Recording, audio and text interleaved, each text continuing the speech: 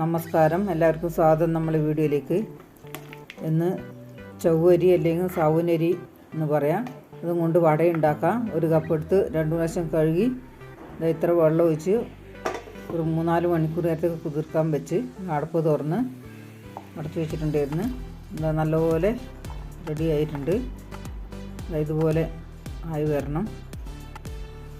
ഇനി വടയുണ്ടാക്കാൻ വേണ്ടി 3 ഉരുളക്കിഴങ്ങ് കുക്കറിലിട്ട് വേവിച്ചതാണ്. തൊലി ഒഴിച്ചെടുക്കാം.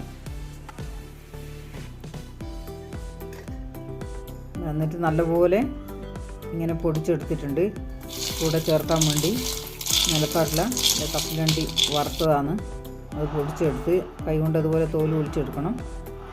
അതിന് ഉരുളക്കിഴങ്ങ് പൊടിച്ചത് സാവുനരിയിലേക്ക് ഇട്ട് കൊടുത്ത് നിലക്കടലയും ഇട്ട് കൊടുക്കാം.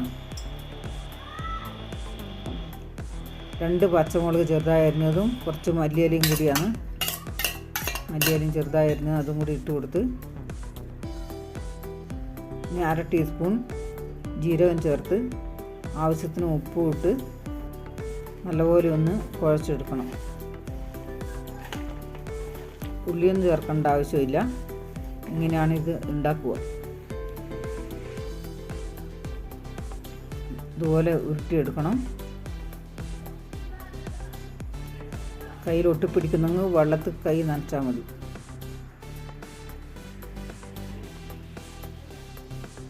ഇതുപോലെ റെഡിയാക്കി എടുക്കാം.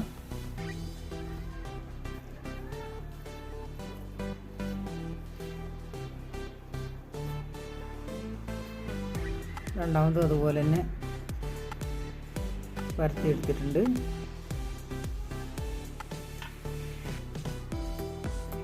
ഇനി ബാക്കിയുള്ളതും കൂടി അതുപോലെ ആക്കിയെടുത്ത് ഗ്യാസ് ഓൺ ചെയ്ത് എണ്ണ വെച്ചിട്ടുണ്ട്. ചീഞ്ചട്ടിയിൽ എണ്ണ ചൂടായി. ഗ്യാസ് ഫ്ലെയിം കുറച്ച് വെക്കേണ്ട ആവശ്യമില്ല. കുറച്ച് വേവുണ്ട്.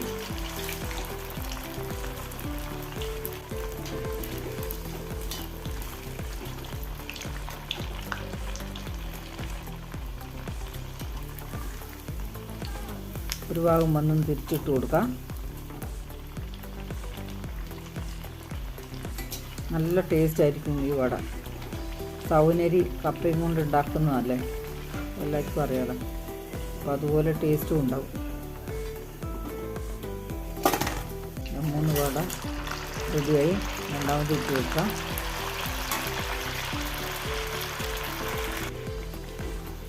ഒരു ഭാഗം വെന്ത് തിരിച്ചിട്ട് കൊടുക്കാം.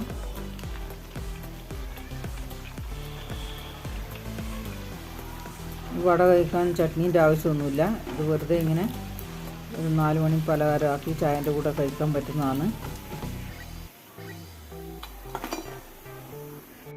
ബാക്കിയുള്ളതും കൂടി ഉണ്ടാക്കിയെടുത്ത് ഇത് പുറമെ നല്ല ക്രിസ്പിയാണ്, ഉള്ളിൽ നല്ല സോഫ്റ്റും, കഴിക്കാൻ നല്ല സൂപ്പർ ടേസ്റ്റാണ്. ഇത് കണ്ടില്ലേ, ഇങ്ങനെയാണ് ഉണ്ടായിരിക്കുക ഈ വട. അപ്പോൾ ഈ വട ഇഷ്ടപ്പെട്ട എല്ലാവരും ലൈക്ക്, ഷെയർ, കമൻറ്റ്, സബ്സ്ക്രൈബ് ചെയ്യണേ.